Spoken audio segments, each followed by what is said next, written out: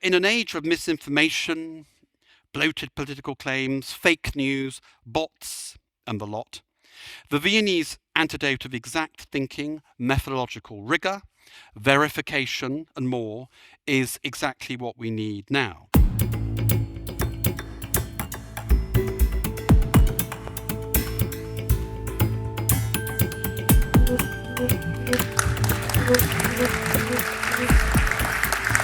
Welcome, everybody. It's great to see a full house. So Richard was here on campus last November. And so I'm very pleased that you're back again in such a short time. And I hope it's because you are excited about our campus. I'm really grateful that you give this lecture, which is our signature lecture, open to the public. And the book, this book that I think we'll hear about, really has been on top of my reading list in 24. And I think, looking around, that I think many of you share my enthusiasm for your work. And so welcome, Richard. I would also like to extend a special welcome to the former Austrian Chancellor, Dr. Wolfgang Schüssel. Welcome.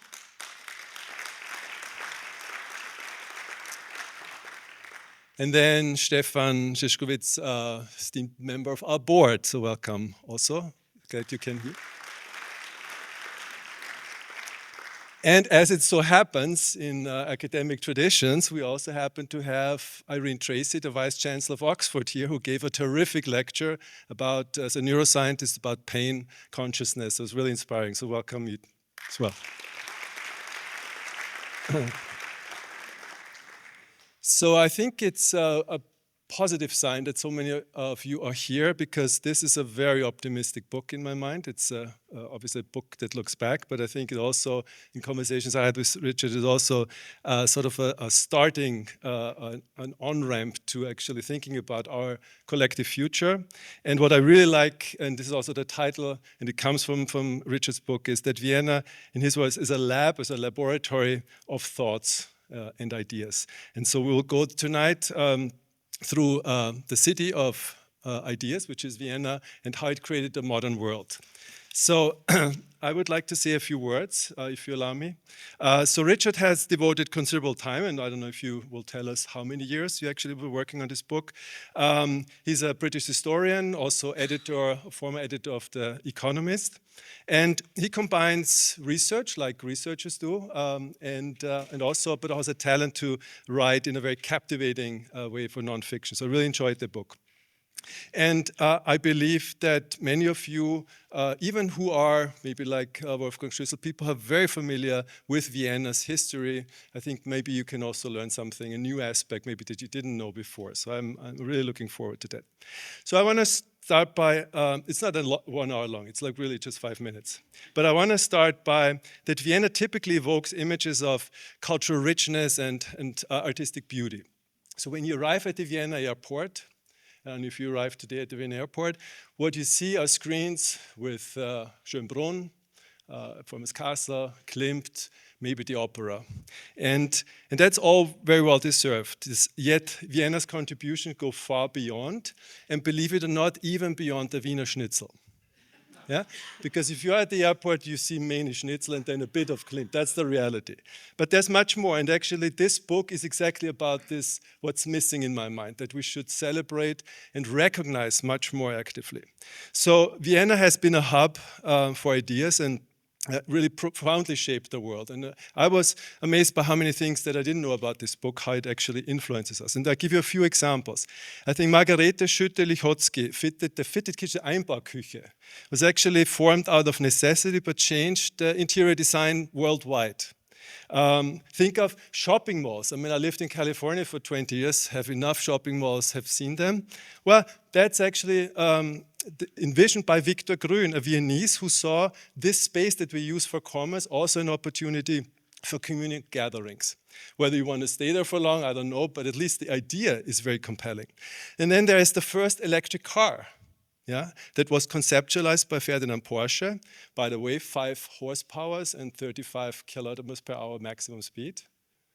quite different now. And then there are things like that revolutionized the field of medicine, such as safe transfusions, which is founded by Karl Leinsteiner, who discovered the blood types, the AB0, that we all are very familiar now.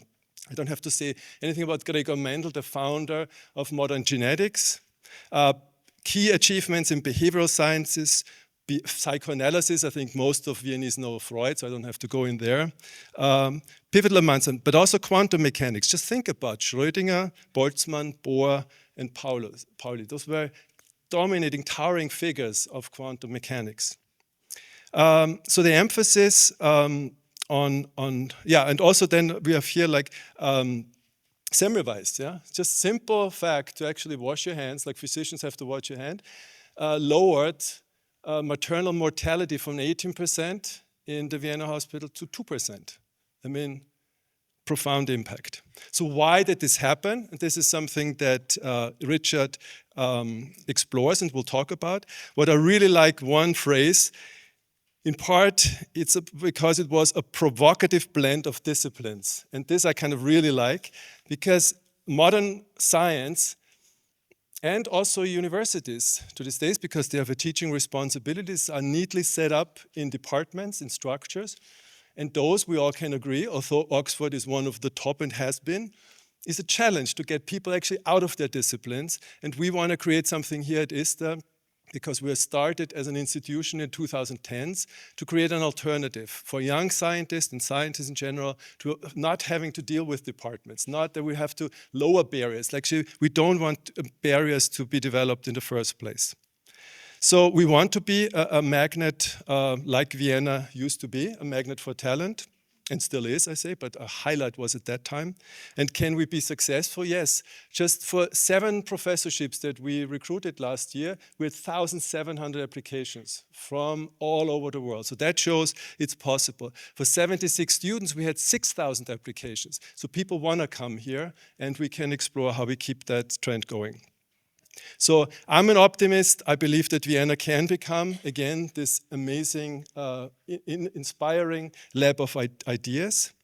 I think we should do many things, obviously protect academic freedom, the relentless pursuit of knowledge, but also actively participating in the developing of new ideas and technologies. I think in Europe in general, the first response is always to be afraid and to regulate and actually not engage and shape technology with our values. In the end, what happens then, the technology is developed somewhere else, we import it, and then we have to regulate it because it doesn't reflect our values. That's a not sustainable system. So many of you might say, well, is this optimism justified? Look at all the political discussions, the economical situation. And I think it is. I think we have to be, and this is also the book, like, did this all, it all happened, this magic in Vienna happened under Franz Josef's regency for 6 years. He was not an early adopter. He didn't use the telephone. It's stability that you need, but you have to allow through immigration to bring talent to one place, to let them just do what they can do. Bright minds can develop and really will help us shape the future of our society. So I think with these words, Richard, welcome and thank you for this lecture.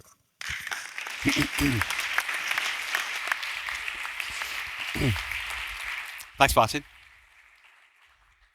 Thank you very much, Martin, for those kind words, and thank you all very much for coming this evening. I'm delighted to be here to deliver this lecture, but I'm also very aware that they've taken, the leadership of ISTA, they've taken a huge risk at inviting me to give this lecture, because I want to make it clear from the outset that unlike all the people who've given this lecture before, I'm not a Nobel Prize-winning scientist. Indeed, I'm not a scientist at all in any field. And as Martin has said, in fact, I'm a historian and probably even worse, a journalist. And some of you may feel that this doubly disqualifies me for talking about science at all, let alone science in Vienna. But in mitigation, I am a historian of Vienna, as Martin told you.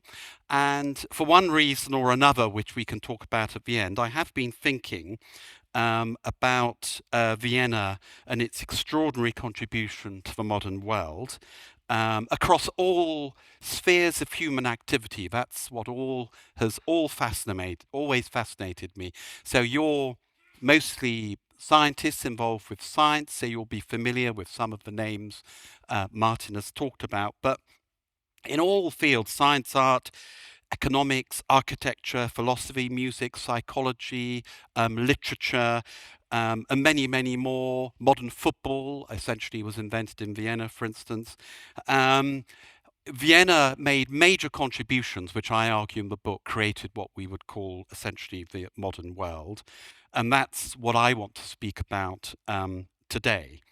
So in this lecture, since this is ISTA, it's a science institute, I'm going to mainly consider science, and I want to consider Vienna as a historic incubus for both formal scientific inventions and inventiveness. Martin has mentioned some of the big figures in here and some of the major fields, such as Schrödinger. I will go on to others. But also, just as importantly, if not more so, Vienna as the pioneer of the scientific worldview. And I use that as a quote because it was a phrase coined by the philosophers of the Vienna Circle here in Vienna during the 1920s. And I would argue that the scientific worldview has represented a vital strand in Western thinking and beyond for over a century.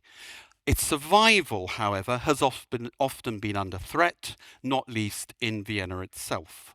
And I want to demonstrate how relevant and important this worldview has been, as it must continue to be so today. So that's, I think, two pillars of Vienna's contribution: pure science, invention, scientific inventiveness in various fields. To go with that, the creation of the theory of the scientific worldview, the propagation of the scientific worldview. But there's a third pillar of Vienna's contribution, which speaks to some of what Martin was talking about, and that has a very acute relevance to the scientific worldview and the creation of the modern world, as Vienna, I argue, also gave birth to what we commonly call the knowledge economy, i.e. the modern system of Western economies. That is, I would describe it as the systematic application of ideas, science and knowledge to what I would call real-world problems, the supposedly mundane matters of life, such as listening to the radio, cooking, shopping, driving, sex, and much more. And it's no coincidence that the term itself, knowledge economy, which you're probably all familiar with, was both minted and popularized by two Viennese, Peter Drucker, usually referred to as the founder of business and management studies, and the economist Fritz Matschlup, a member of the Austrian School of Economists active here during the interwar years. They were contemporaries growing up in interwar Vienna, and both emigrated to the United States, where they enjoyed enormous success in their respective fields. ISTA, I think, will encourage you, students, PhD students, to join the knowledge economy by creating startups out of your own work here, perhaps even to monetize your discoveries and breakthroughs. If so, you will be standing on the shoulders of Viennese giants, because they invented the process. I will talk more later on what constitutes the knowledge economy and its origins, as well as some of the very tangible consequences. Martin's already given the game away a little bit by mentioning the fitted kitchen, because you'll be doubtly familiar with many of the consequences of this knowledge economy, but have little idea that they originated in Vienna. So, as Martin mentioned, many of you will be familiar with that picture of a kiss. So I'll begin with Vienna as a city of science. From about the 1870s through to 1934, Vienna became a city of central importance to scientific progress in physics, medicine, biology, botany, psychology, mathematics, and more. This is the epoch of fin de siècle Vienna, from about 1890 to 1914. But it has become very famous, this period, in the last 50 years or so, but almost exclusively for its cultural and aesthetic achievements. And this is all due to the work of one Princeton historian called Karl Schorsky, who wrote a very famous book about Vienna in 1980 called Fin de siècle Vienna, which is a brilliant book. I wrote my own book at Princeton, so I was standing on the shoulders of my own giant, if you like. But Schorsky's account of Vienna entirely omitted science, any mention of science, just as he failed to mention women as well, but we'll come to that. So Vienna of this period is known throughout the world for the music of Gustav Mahler and Schoenberg, for the painting and art of Gustav Klimt. This is his Kiss, which is in the Belvedere Palace, which provokes extraordinarily long queues now by the tourists trying to get in. Egon Schiele, the secession movement, for the architecture of Otto Wagner and Alfred Loos, the novels and plays of Robert Musil and Arthur Schnitzler. Absolutely, Vienna deserves the fame of these years, but I argue that driving a lot of this cultural production was a consuming interest in science, and more importantly, how to do science. And this would be Vienna's real legacy to the modern world. So, the presiding figure, the central figure, the presiding genius of science in this era, the Golden Age, was Ernst Mach. This is the picture of Ernst Mach. Born in what is now the Czech Republic, he became the first physicist to be appointed to a chair of philosophy in Europe at the University of Vienna in 1895. As Martin referred to, this is the beginning of Vienna's remarkable clash, purposeful clash of disciplines to create the new. His appointment and what he said set the tone for much of what was to come. Mach's contributions to science were important enough. He was the first to successfully photograph shockwaves, for instance, in 1886, and gave his name to the speed of sound, Mach 1, 2, 3, 4, supersonic sound. Even more importantly, however, he effectively founded the new field of the philosophy of science. What was Mach's view of science? So, setting his face against the tradition of German idealism, Mach insisted on a rigorously empirical scientific approach across all disciplines. The Viennese mathematician, current Viennese mathematician Carl Sigmund, I think, has summed up his approach the best. He quotes, "All knowledge had to be grounded in experience, and all experience grounded in perception. Hence in sense data, which is to say sensations. These would include temperature, sounds, pressures, time, and so forth. Mach's philosophy of phenomenalism, as it was called, was all-encompassing. Such was the contemporary influence of Mach's philosophy that, as Einstein said of him when he died, and Einstein had a lot of run-ins with Mach on various matters of physics, but Einstein still said when he died, quote, "I believe that even those who consider themselves opponents of Mach are hardly aware of how much of Mach's way of thinking they imbibed, so to speak, with their mother's milk." Now, many of those writers and painters who I referred to before above were heavily influenced by Mach. This was science leading art and culture, rather than the other way round, and also eviscerating the artificial barriers between the two, giving Viennese modernism its particular tint. C.P. Snow, a British novelist and scientist, famously gave a lecture in London in 1959, gave a lecture in Cambridge, entitled, quote, "The Two Cultures," in which he lamented that science and the humanities, which represented the intellectual life of the whole of Western society, had become split into two rival camps to the detriment of both. It's a famous lecture in Britain and in America too. This, however, was absolutely not the case in Vienna during its creative heyday. Indeed, the very opposite was the case.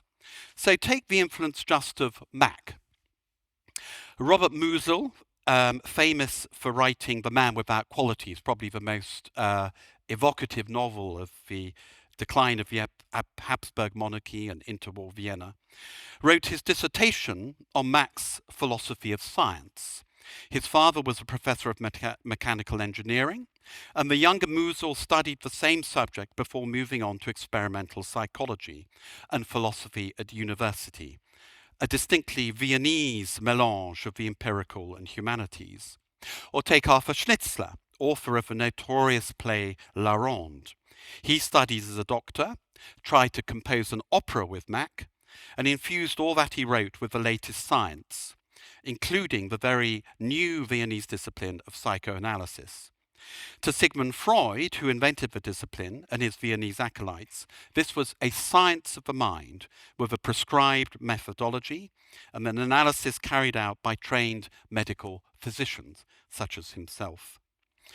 Inspired by the diffusion of Mack's empiricism and the culture of scientific innovation that flourished in Vienna on either side of the First World War, so this is from about 1900 to 1934, the upcoming generation spawned an extraordinary array of scientific talent and achievement.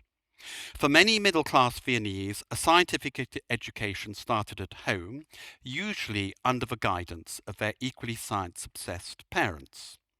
Take, for example, the teenage Paul Kammerer, who would grow up to be a prominent evolutionary biologist. By his early teens, he was already keeping more than 200 species of animals in his parents' apartment at Karlschurch on the just off the Ringstrasse. There were no private gardens in inner city Vienna, so you had to keep all your animals inside in the apartment. Young Paul started off innocently enough at the age of 12 or 13 with the usual guinea pigs and squirrels. But very soon, he had graduated to 2 large American alligators, tropical marsh turtles, Australian snake-neck turtles, salamanders, a variety of frogs, including 2 species imported from Singapore, the first of their kind brought to Europe, as well as a huge collection of stuffed animals, including a Nile crocodile and 3,400 types of insects. We have a very accurate inventory of Kammerer's inventory by virtue of his own accounting and various articles by awestruck journalists. They must have been dispatched to the Kammerer household by skeptical editors to verify this unlikely tale. But he was just one of people collecting these vast biological and botanical collections on the Ringstrasse during the period. Often, these youthful Viennese were the sons, mostly, and daughters of the newly rich, assimilated Jewish upper middle classes, and they invested a fair chunk of the family fortunes in new scientific institutes, independent of a more conservative and hidebound university. One of the most prominent of these was the Institute for Experimental Biology, also known as the Vivarium. Paul Kammerer, now acknowledged to be an early pioneer in the field of epigenetics, worked here, as did Eugene Steinack, who pioneered the new field of endocrinology. In the 1920s, he was often acknowledged to be one of the 3 leading scientists in the world, together with Freud himself and Einstein. Steinack's work helped enormously in the development of hormone glandular therapy, sex change proceedings, and hormone replacement therapy. Another such privately endowed institute was the Radium Institute, set up by another wealthy family, the Kuppelweisers, in 1908. During the interwar period, this was one of only 4 such places, leading the cutting-edge research on the new and exciting fields of radioactivity and ultimately nuclear physics. In particular, the first generation of women scientists flourished at the Institute. Lise Meitner was one. Together with her nephew Otto Frisch, she first described the process of nuclear fission in a paper in 1939 when she was working in Berlin. Not entirely to her satisfaction, she was described in America later as the mother of the atomic bomb. Other notable alumni included Marietta Blau, who developed photographic nuclear emulsions that were usefully able to image and accurately measure high-energy nuclear particles and events, thus advancing the field of nuclear physics. Elizabeth Rona became the leading expert on dealing with polonium. Unlike the Vivarium, which was destroyed at the end of the Second World War, the Radium Institute still exists, although it has been renamed. But such was the obsession with scientific and the scientific method that there were plenty of scientific autodidacts in Vienna. And they didn't have to go to university, let alone work at an institute, to make outstanding contributions to the modern world. Probably the most successful of these was better known as the greatest film star of the era, dubbed the most beautiful woman in the world by the Hollywood producer Louise B. Mayer. She was, of course, Hedy Lamarr, born Hedwig Keisler in Vienna in 1914. She is known in Vienna, I've noticed, now everyone calls her Lady Bluetooth, and that's for a reason. So she went to a gymnasium, but she didn't go to university. But she again, like Paul Kammerer and so many others, she again had a father obsessed with the scientific spirit of the age. She learnt her science by wandering around Vienna, which was introducing all the latest in transport, in electronic devices, the new sewage systems, the new train systems, etc., were all being built at the time. And her father took her around Vienna explaining how this all worked to her, and that inspired her to be a scientist for essentially the rest of her life. Escaping unhappy marriages in Vienna during the 1930s, she went off to America, where she was discovered on the ship over to New York by Louis Mayer, and he invited her to go to Hollywood. She was already a minor actress, but there, the Mayer studio made her into one of the biggest film stars of the age.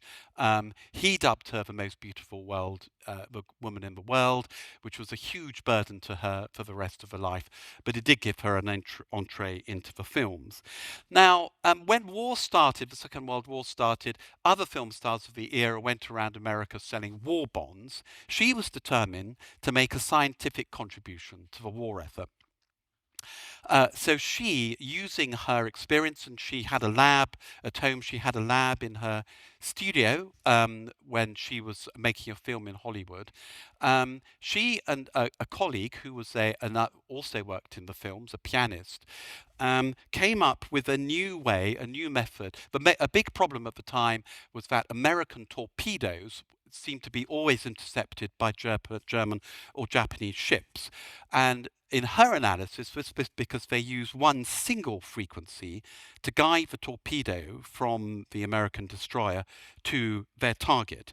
So Hedy Lamarr suggested a new invention, frequency hopping signals, which was basically to change the frequency every so often before it hit the target. So that would make it much more harder to detect in the limited space of time between the time the torpedo was launched and it hit the ship or whatever the target was.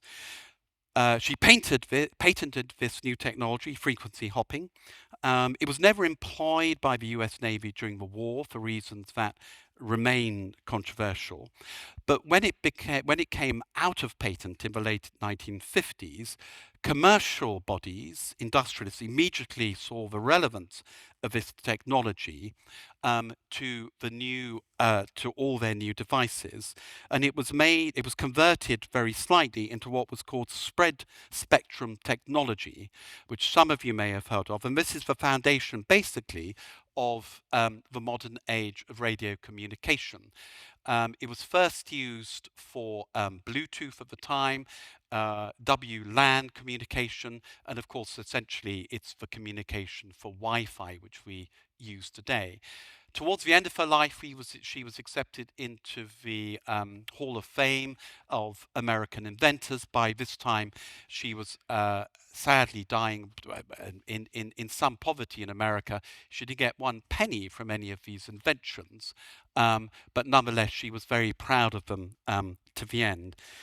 So it's a very good example of an autodidact and the sort of science mind that was created in Vienna in these years. So aside from the real science, Vienna also led the way in the philosophy of science, inspired directly by Mach. His most important acolytes in this field were to be found in the Vienna Circle of philosophers. They led the way. The Circle met from 1924 onwards, meeting fortnightly in a seminar room in what was then the Institute of Mathematics. They're principally credited for developing the philosophy of logical positivism, or more broadly, analytic philosophy. Above all, they were concerned with applying the sort of scientific rigor that Mach insisted on to philosophy and language itself. They produced, as a result, the famous verification principle, which was developed by the Circle to distinguish meaningful statements that can be proved or disproved from meaningless ones. Equally, a younger fringe member of the Circle, Karl Popper, did most to distinguish real science from what he regarded as pseudoscience. One of those pseudosciences, in his view, was psychoanalysis, because it was a theorem that could not be tested by empirical means, and so therefore could not be a science. To quote one of their number of the Circle, Karl Menger, verbal sedatives were the enemy of the Circle. He later recalled in his memoirs, above all, the Circle, quote, fervently believed in clarity. Nothing was more odious to them than a hazy expression of presumed truths. Metaphysical depth raised in them a strong instinctive distrust, even before logical analysis revealed that it was not depth that characterized such speculations, but emptiness of cognitive content. Every word or thought, just as in a scientific theorem, had to be weighed and, to use a modern phrase, stress tested. Amongst other famous distinguished members of the Circle was the mathematician Kurt Gödel, famous for the incompleteness theory, the proof for which helped another occasional alumnus of the Circle, the Hungarian Johnny von Neumann, to build the first electronic computer of the Institute for Advanced Studies at Princeton after 1945. But it was another member of the Circle, Otto Neurath, called simply in 1929, who produced the manifesto of the Vienna Circle in 1929, and this was called simply the Scientific World Conception. Hans Hahn, another member of the Circle, elucidated this worldview at a congress in Prague the following year.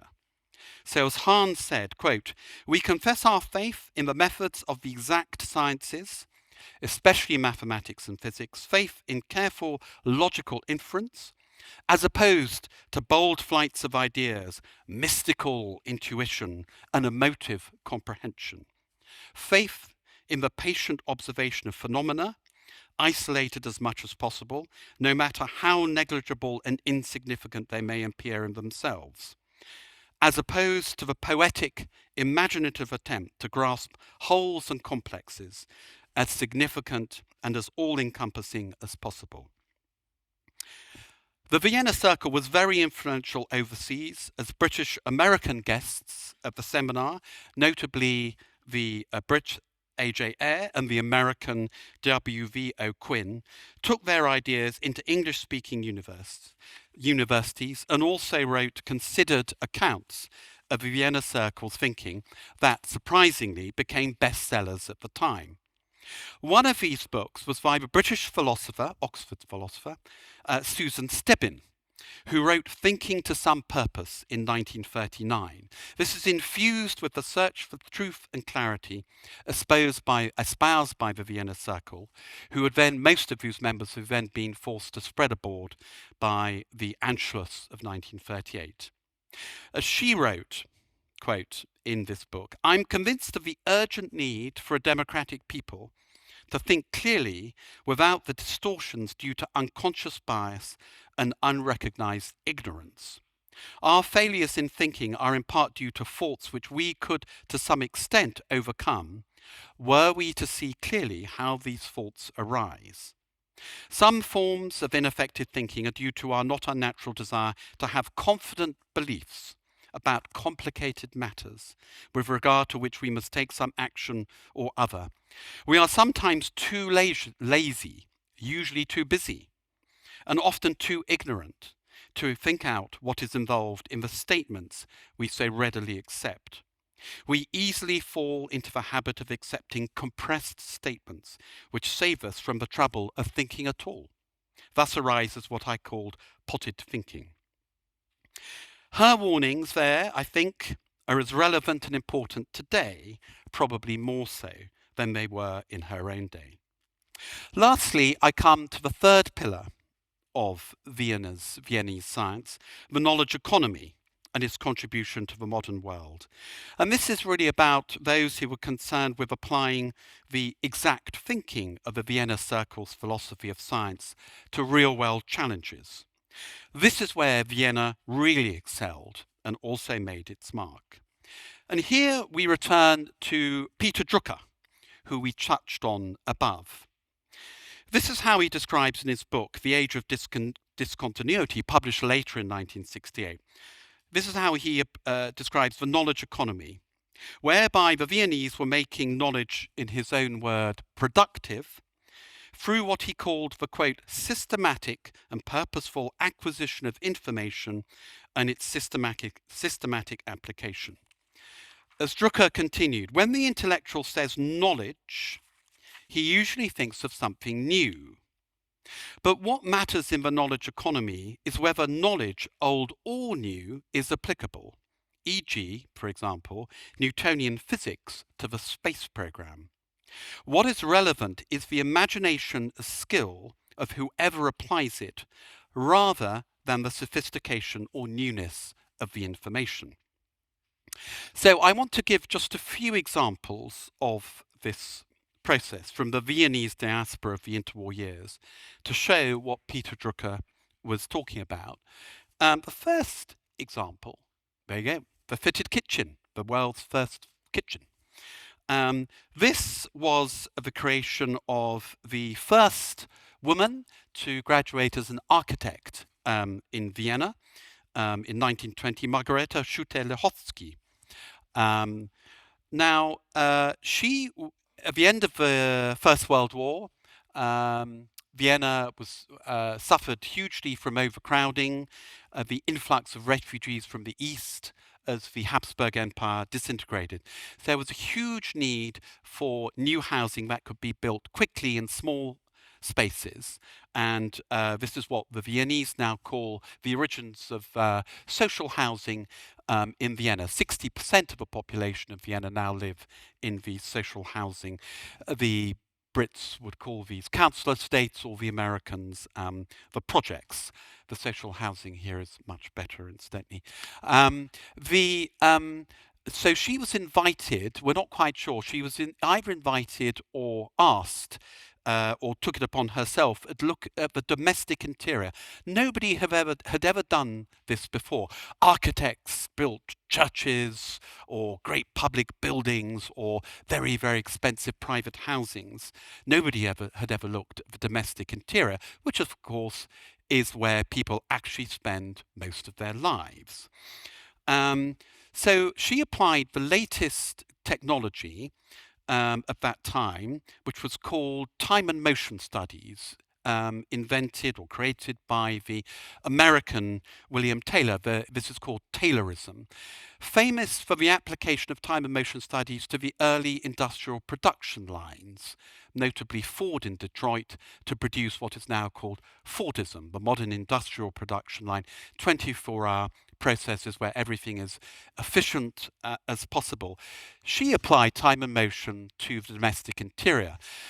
So before she came along, the standard working class house was basically a clutter of a couple of rooms. If you walked around it, it would have a bath, normally a steel tub as a bath. It may have an ironing board. It would have a kitchen sink.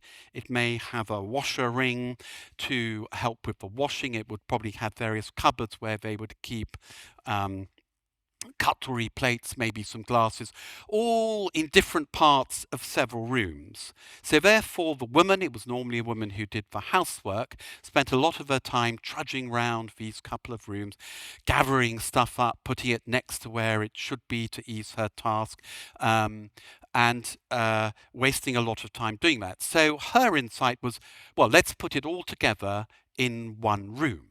So making it much more efficient and saving a lot of time. And that's the basic concept of the fitted kitchen.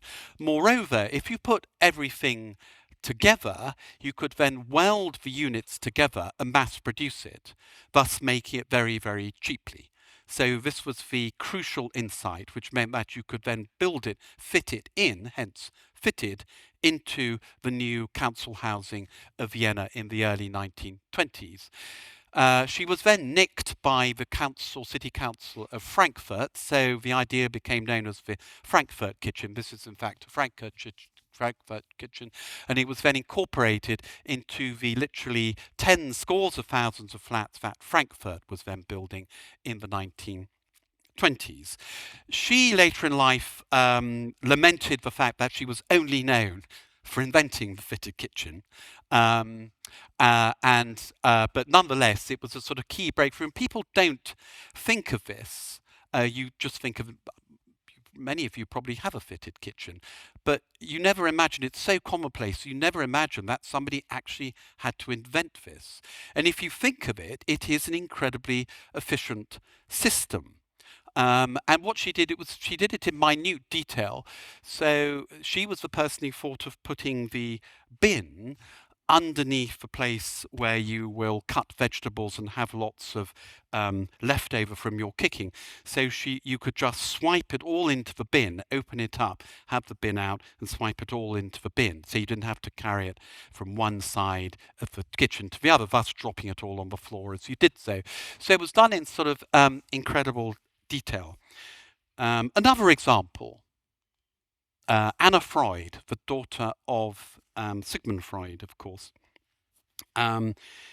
She was, in many ways, she's regarded as a guardian, a keeper of the flame, of a guardian, her father. She came to Britain escaping the Nazis in 1938. The father died a year later. She stayed in Britain, became a naturalized Brit, dying many decades later. She defended psychoanalysis, Popper's pseudoscience, but she again applied it in completely new areas, basically to children. So she, together with a woman called Charlotte Buller, they basically invented, she was another woman working in Vienna, developed it's now called developmental psychology, i.e. how do you scientifically measure whether a child is being brought up. So they brought up correctly, was growing correctly. I don't know whether here in Britain, when you have a new child, you're given by the GPs a little red book, in which you are asked to measure your child's development, weight, height ratios, what they're eating, etc., to make sure that they are growing up correctly and getting the right nutrients, etc., for a correct development. This was all the application of medicine and particularly observational skills, scientific methodology to a completely new area of inquiry, which was basically growing up children. Up to then, you were just born, you handed the baby usually over to someone else. You rarely saw them again. Certainly didn't bother about how they were growing and how they might be properly nourished, etc., whether they would be growing and developing the right skills at the right pace. That was what Anna Freud was mainly responsible for, both here in Vienna and later in London at the famous Hampstead nurseries. To give you another example, slightly different, here we are, pear soap. So psychoanalysis, whether it's a science or a pseudoscience, this was enormously influential in the 20th century. I would argue not only or less so than as a science, a medical science, but in its application to a whole range of other fields, but most importantly for the West, to consumer capitalism, consumer culture, advertising, public relations, etc., etc. Indeed, it's the foundation of all those disciplines. This again was the work of two Viennese emigres to America, Eddie Bernays, who was Sigmund Freud's son-in-law, and another near-contemporary called Ernst Dichter, who lived on Freud's street here in Vienna, was brought up. He claimed to have known Freud personally, but I'm not sure that's absolutely true. So they were both in America. They were both essentially working in the fields of market research in business when they were young. And American businesses came to them for advice on marketing products, as usual, how to make more people buy their products. Now, in the 1920s, people in America, how they did this was usually they did some very kind of some very thin and unimpressive. They just basically asked their friends, "Do you like soap?" They say, "Yeah, this one keeps me quite clean, smells nice." They say, "Great, okay, that's all we need to know." Sometimes they would stretch it to people they didn't know, but that would be quite a rare occasion. Ernst Dichter and Eddie Bernays, they, when they were asked questions about how to sell a product more, they went to see a psychoanalyst. And the person they went to see was a man called Abraham Brill, who was a German who'd emigrated to New York. And he was basically Freud's representative in New York. He was the keeper of the flame in New York. And so they went and saw him for advice. And I'll give you two very good examples of what he came up with. First of all, Eddie Bernays. So in the early 1920s, Lucky Strike cigarettes came to Eddie Bernays and said, "We have a real problem. We're very successful. Has anyone ever smoked Lucky Strikes? I know I shouldn't be selling cigarettes, but anyone ever smoked Lucky Strike here? Do you know? Yeah. Oh, good. Okay. It's toasted is the famous formula. So they say, okay, we have a problem, Eddie. We have the market's going very well, etc., but we can only sell to men. Women won't buy our product. So that means half of the population aren't buying our product. And that's because the men didn't like women smoking cigarettes. So it was okay for men to smoke cigarettes, to smell disgusting, to litter the streets with ash, to stub their fags out in their puddings, but not for women, because women were supposed to be more dignified. But of course, that was imposed on women by the men. So Eddie Bernays went to Abraham Brill and said, what do we do about this? And Brill said, well, it's a taboo. So let's invert the taboo. So let's tell women that if they want to break the patriarchy, if they want to be modern, independent women, independent of what men think of them, the best way of doing it is the great taboo, smoking. They should smoke.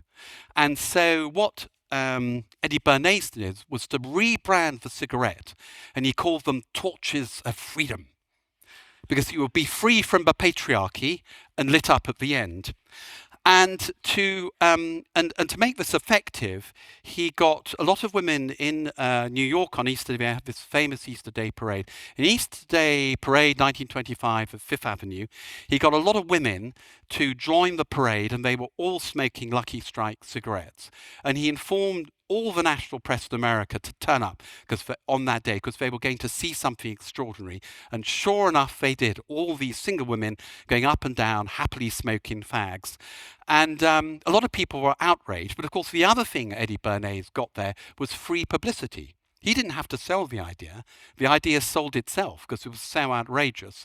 And from then on, that was a great breakthrough in marketing cigarettes. And from then on, women around the world had the freedom to smoke as a sign of their independence and the first wave of feminism. And it is to this day called still the greatest marketing coup in the history of marketing. And he is acknowledged to be the founder of public relations, for better or for worse. I turn now to Ernst Dichter. Ernst Dichter, as I say, was interested in the same field. He was also very interested in psychoanalysis, was an analyst himself. He was asked by Ivory Soap, you can see Ivory Soap there, to sell more soap bars. And they said, look, we're selling a lot of soap, but it's still not penetrating, again, mainly to women. What's wrong? And up to then, executives have just asked their wives or girlfriends or mistresses, which soap do you want? This one's a bit smellier, this one's not so much. So he was asked by Compton Advertising, the advertisers for Ivory soap, to come up with something better. And Dicta subjected 100 carefully selected people to interviews lasting hours. This is the beginning of what marketeers now call depth interviewing, and focus groups. Focus groups were also invented by Dicta and a woman he worked with, another Viennese called Hetzer. Now, much to the executive's surprise, when Dicta came back to them and told them what they should be doing, Dicta told them that their innocent-looking bars of fat and oils were about something much more intimate than just getting clean. Dicta revealed that bathing with soap was in fact a sensual experience. Quote, one of the few occasions when the puritanical American was allowed to caress himself or herself. A special time for women was Saturday night bath, there we are in the Saturday night bath, before going out on a date, anticipating romance. He explained, quote, bathing, in its old ritualistic anthropological sense, is getting rid of all your bad feelings, your sins, your immorality, and cleansing yourself. It's about baptism. The executives were amazed that, their little bar of soap was about baptism and renewal and emotional clearing, etc. So Dicta recommended a whole new slogan for the brand for a fresh start, take an ivory bath. As his wife Hedy later said, her husband had hit on the golden truth that soap was more than soap and a bath was more than a bath.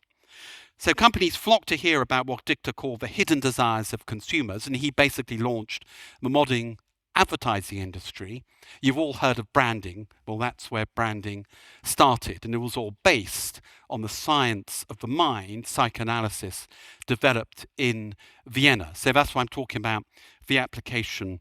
Now, I'm at 6. There are many more examples of this, some of which were almost as fun as these, but they're all in the book. So I'm going to conclude now that I hope I've shown that Vienna's lab of thoughts was much more than just a lab in the narrow sense of the term. The Viennese of the Golden Age pushed science progress on with practical and theoretical breakthroughs.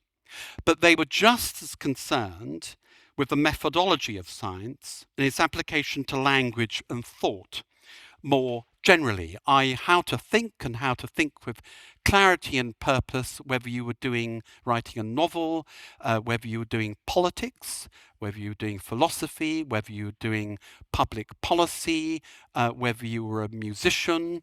Schoenberg was very close to the Vienna Circle, for instance.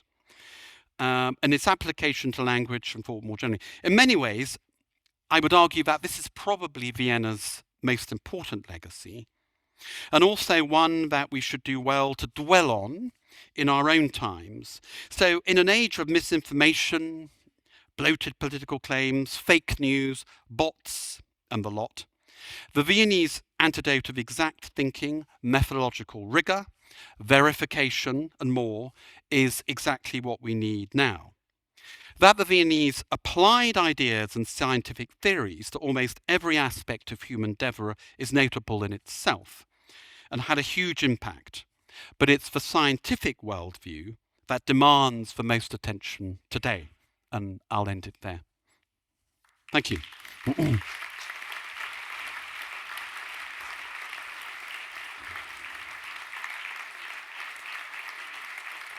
Thank you. Thank you. Thank you very much, Richard, for this journey through the city of ideas. We now have about 15 minutes for your questions. There might colleagues with microphones on either side, so please raise your hand and ask what you ever wanted to ask Richard Cockett. Oh, so we have one in the first row and then in the fourth row. A lot of enjoyment. Good, thank you. I wonder whether you can speak a little bit about why people gathered in Vienna. What is the dynamics? Because obviously behind it there were a lot of irrational and science Yeah. hostility. Yeah. And they are in Vienna, and later they gather in California when Yeah. they get kicked out. What was it that enabled this Yeah. place? Well, I think there are three, just very quickly, three crucial ingredients. First of all, immigration. You're going to get any of this without immigration, i.e. attracting talent. And of course, Vienna was then the capital of the Austro-Hungarian Empire, which was a vast territorial empire throughout Europe. So people came from all over, ambitious people who wanted to get on, people who wanted to share in that intellectual culture, came to Vienna. It was basically a city of immigrants. Very few of the people I mention here, who were all active from about 1900 to 1934, their parents might have come to Vienna, but not much beyond that. Under 50% of the people, the people who lived in Vienna by 1900 were born in Vienna. So immigration was important, and they came from all over the empire. Secondly, I think that the city had to be large enough to absorb this immigration and small enough for them all to mix. The first district of Vienna, which I can walk from one end to the other at a brisk pace in 35 minutes, encompassed almost all the institutes, the university, and most importantly, the cafes where all these people mixed, intermingled. The cafe culture was crucial to this because it was a sort of democratic intellectual culture. So if the architect Alfred Loos would, as he would every week, hold forth in one cafe for the price of a Viennese melange or a cappuccino, you could listen to the great man bore on for hours if you wanted. And anyone could do this. So it was a very democratic, leveling culture within a small space. The third one, which is just as important, is that the Viennese didn't recognize any of the artificial barriers to intellectual knowledge transfer that we are so familiar with and are so stifling today. So, for instance, the university was a pretty dull and conservative place, but it accepted lectures. People from the outside the university could take classes in the university. These people, it was a system called Privatdozent. So if a class of people, of students, wanted to hear from someone outside the university, they themselves would pay a little bit of money for it, and the great man, it was usually a man, would be allowed to come into the university and take classes into the university. So the interchange between the academy, intellectual institutions, and the wider world was very real and ongoing. For instance, von Mises, Ludwig von Mises, the famous economist, he was a Privatdozent. He never had a professorship at the university, probably due to anti-Semitism, but that meant he would still be able to commune and teach students. And Freud was also a Privatdozent for much of his time. And furthermore, the university itself only had 4 faculties. So it had a faculty of law, where the lawyers went. It had a faculty of theology, where the priests went, would-be priests went. And it had a faculty of medicine and pharmacology, where the doctors went. But everybody else went to the Department of Philosophy. So just think about that for a second.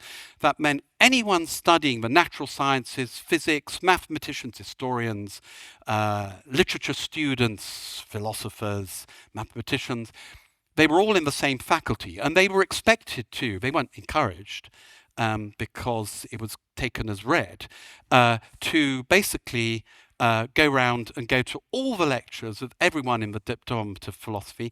Only quite later on did they zero on a particular subject and mainly get a degree in one subject.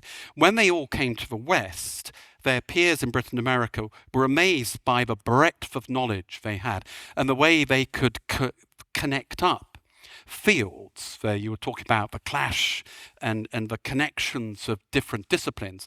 To them, it was innate. It was exactly how they'd been brought up. The Brits and Americans called them polymaths and marveled at them as polymaths. The Viennese were slightly bewildered by this because they thought, well, that's what we did at the university. That's how we were brought up. It's nothing particularly special. And looking at some of the careers in detail, people like Hayek could easily have been the great economist, could easily have been a lawyer, a botanist, a biologist, a philosopher of science. And many of them would probably have been professional musicians too. Music was very, very important, like Karl Popper. Ludwig Wittgenstein was a world-class whistler, we're told, and could easily have been a circus performer as a whistler. So they had so I think those are the three ingredients which meshed here. You asked me why this place, this time. I would say those are the three magical ingredients. Excellent, thank you. We jump on the other side, 6th row. Silvia, here, just in front of you. One thing that struck me when I read your book was when you detailed how politics in Vienna were actually able to innovate and experiment. And I want to remind all of us that that is something that, was possible. And the other thing that I want to ask, I think for the benefit of all of us, is what can we learn for the future?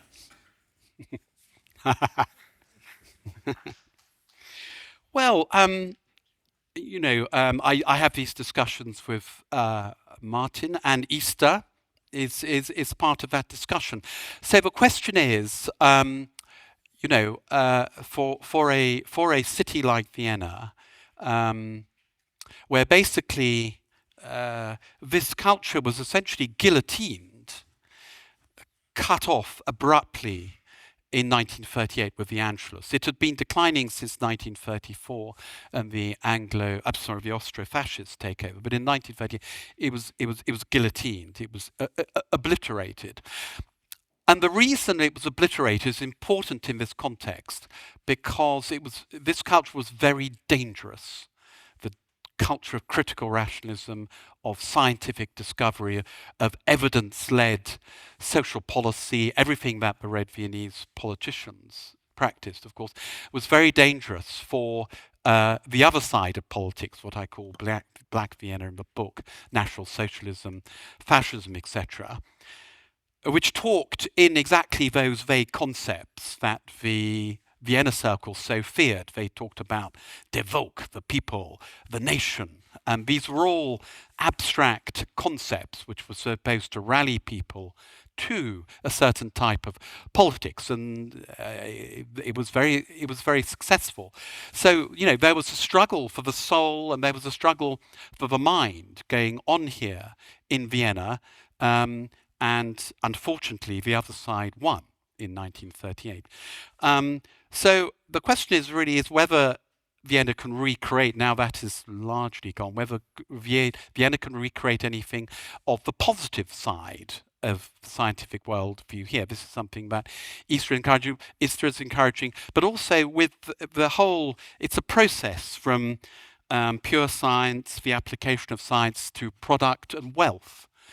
At the end of it, the sad fact is that Vienna's loss in 1938 was particularly America's gain. I mean, those industries that Ernst Dichter, Eddie Bernays, I haven't even got on to Hollywood yet, that they invented, the golden age of Hollywood, generating millions and millions of pounds. At that time, 100 million for the American economy, was basically Viennese. It was done by immigrants from Vienna and from Central Europe. So Billy Wilder, this is his famous film, something like Billy Wilder, is there. He did he won 7 Oscars for most famous films in Hollywood's golden age. Europe's loss, Vienna's loss, was America's gain. And if you think of the hundreds of millions, in fact, I think it's Morgan Stanley, one of the big American research Banks did, just for fun, did a sort of calculation of how much money Hedy Lamarr would have made from her frequency hopping discovery. That was in 2015. I think it came at that point to £3 billion. That's £3 billion added to the US economy that potentially the Austrian economy and Vienna lost.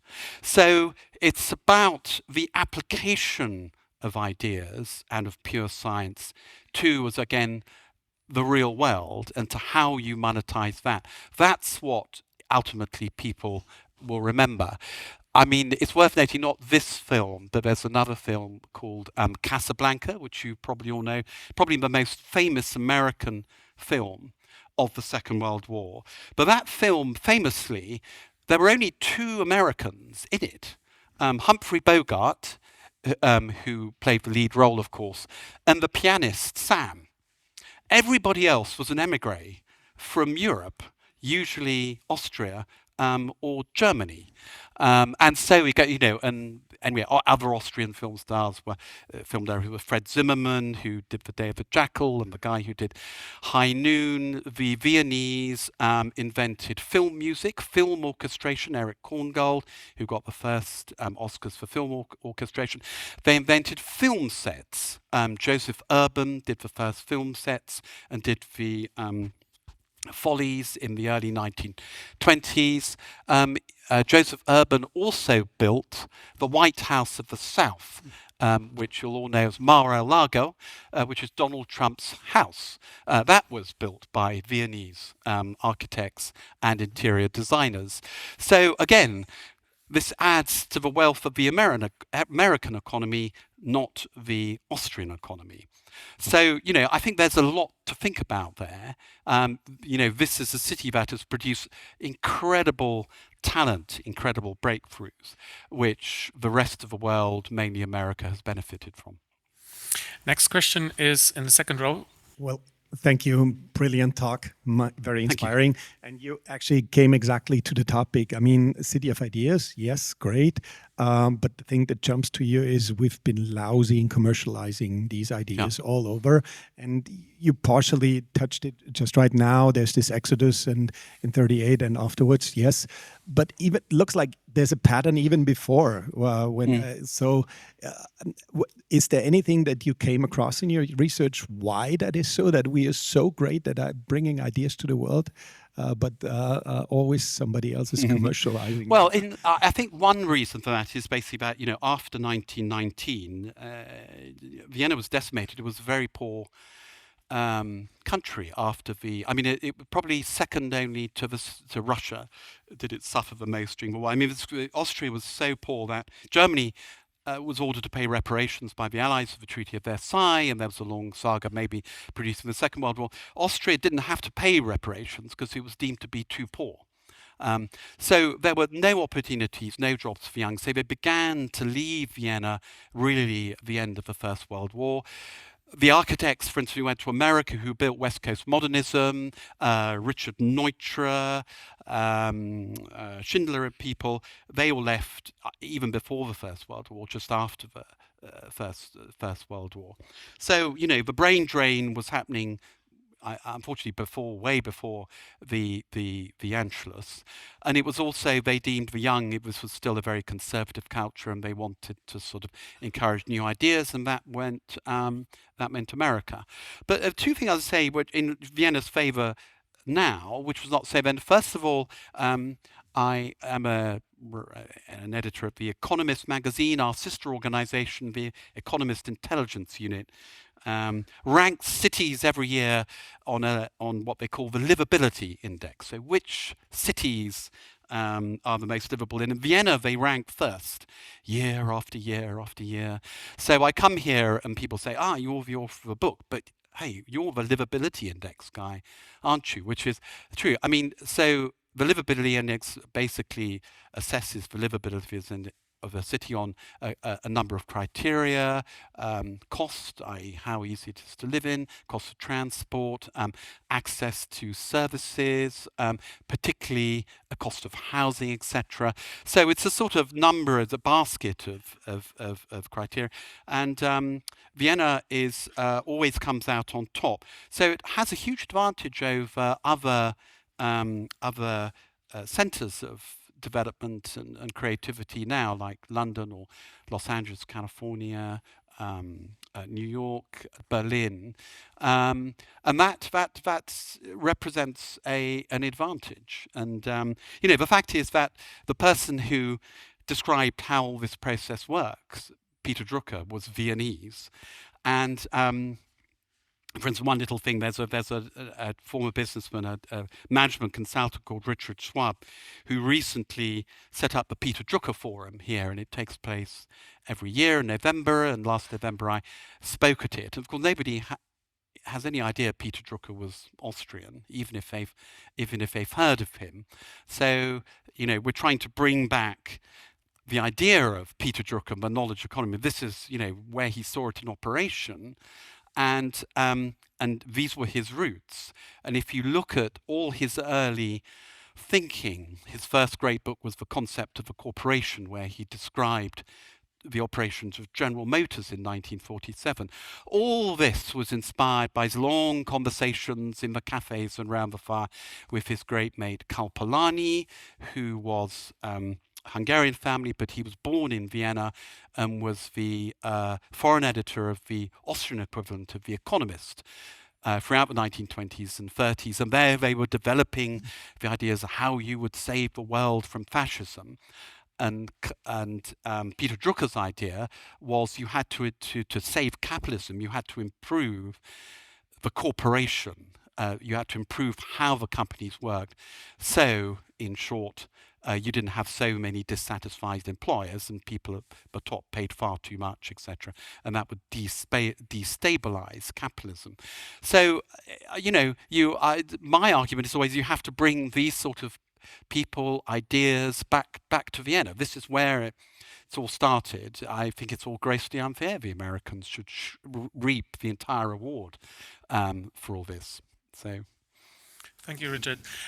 We just have time for one more question, and we go to Ilaria Caiazzo in the second row.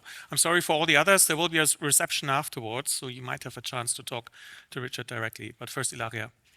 Thank you. I found it very interesting that both you and Martin started saying, there was the art, but I'm really going to focus on the science here. But also in your book and in this conversation, you pointed out how that was not a separation.